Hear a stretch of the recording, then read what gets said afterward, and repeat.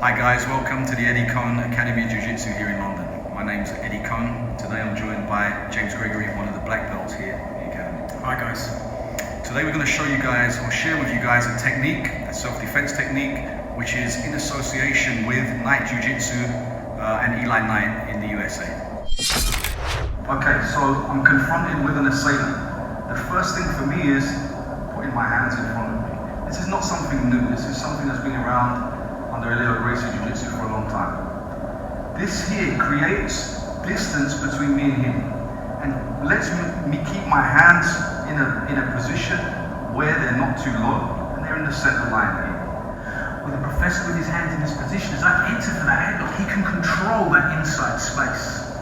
By control, the whole idea here is that these two arms shoot onto him here like spears, straight across the center line of the body. The hand in front hooks the bicep here and controls. The hand behind goes around and almost meets the arm. As close to his tricep as we can. The next part of the detail, all this is happening at once, is my hips cannot be back. My hips move forward, as we know as principle one. Hips go forward, and this in turn provides me with stability and doesn't allow him to move me in any way that I don't want to be moved in. For example, a front headlock. If I didn't have this posture here, he would grab the head and then in turn throw me around or pull me to the ground.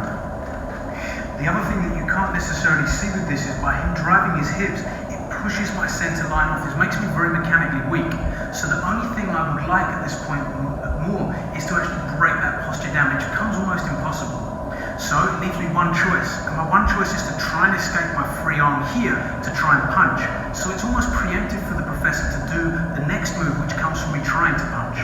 As he tries to retract his arm to punch me, it feeds straight into the arm behind his back. The arm in front, holding originally the tricep bicep, slides to the wrist, and I twist, keeping my elbow turned in.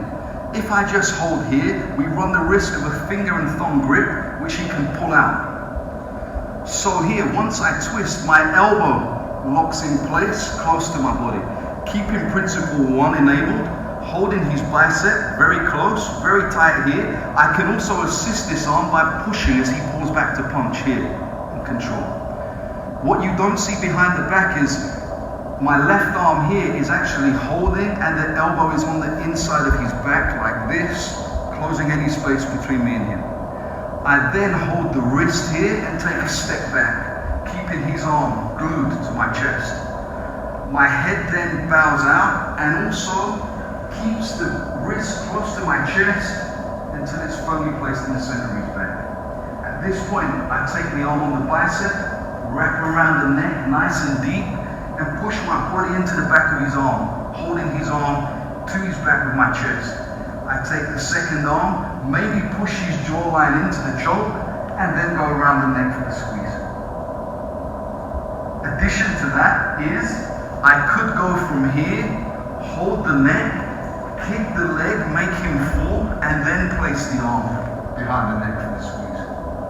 Guys, we're going to pass you over to our friends across the pond with Knight Jiu-Jitsu and Eli Knight for a street variation of the technique. So thank you from me, James Gregory, and thank you from KONE and our academy here. If you'd like to find out more information about us in London or you're visiting, please check out ekbjj.com. All right, guys, so I'm Eli Knight here in the US. Thank you to KONE and James Gregory over across the pond, and we're going to show a street variation of the same technique. Now, here's the thing though, in the academy we practice the same way that we're going to practice in the street, which is in more of an urban environment, because we need to take into consideration some environmental factors. So I'm joined with JESSUP, who's another black belt with me under Hoist Racing, and I'm Eli Knight, of course. So we're going to show the same kind of punching headlock variation. So the idea here is maybe, obviously, I shouldn't have let this guy get so close to me that he's able to put me in a headlock and he's able to engage him from that distance. I should have maintained the distance. I should have tried to calm the situation down. The problem though is like things can get escalated and get out of hand. So before I know it, if he does wrap around my head like this here, then my first consideration is I need to watch my base. I need to not get punched in the face. So I shoot the arms across this way here. Now, I can, depending on when I catch this arm, I can go around this way, like the professor at the coach was saying. I can go here, I can turn this one in, and I can control this arm across the other side. Now, Standard application here is whenever I step here up between the feet, I'm gonna go back, I'm gonna grab here, I'm gonna stretch this guy out like this here, and then I'm gonna squat duck out, and now I have his arm up behind his back like this here. I can wrench the arm, I can shove the guy away, or in some cases here, if I feel like I need to stay in control a little bit better, a little stronger here, then I can go here around the neck, I can push the leg out this way here, and then go in for the rear naked choke, so I can completely neutralize the threat like that. Some other considerations that we have to think about. I have to take into context what my environment is, who is around, how much contact I want to have. So another thing that I can look at from here is if he goes in for this headlock and I shoot across this way. Now maybe he was already trying to punch me, and now off of the retraction this hand here, when he tries to pull back, sometimes I can slip my hand through this hole here, I can grab around the wrist, I can hold here like this and pin, and now I can go in for the same kind of control point here where I can step back, I control, I wrench the arm. If at this point here, he gets this all for me because maybe he wants to free this arm, come back and elbow me in the face like this here. And I have to be careful when I lose this arm, or if I get rid of it, I'm gonna put my head against the guy's back like this here. Now, I would like to look over here at the trapped arm on this side here that I've already got control of. And now, since I have the access to this kind of alleyway that we're standing in right now, using environmental factors like this is always helpful. So I'm going to shove the guy up against the wall here. And so when Jared hits the wall this way, you'll notice he kind of braces himself like this. Now, I have good control over his hips and shoulders, good access to be able to come up as well.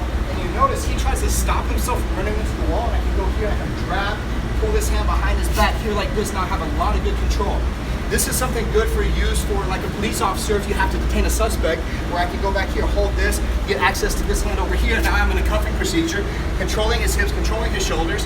If I'm not a police officer, I'm just trying to control and protect myself or protect my loved ones that I might happen to be with, then I can use this here also to go back into a choking application like this here, kick the leg out, drag him to the ground, go into this or this kind of rear naked choke.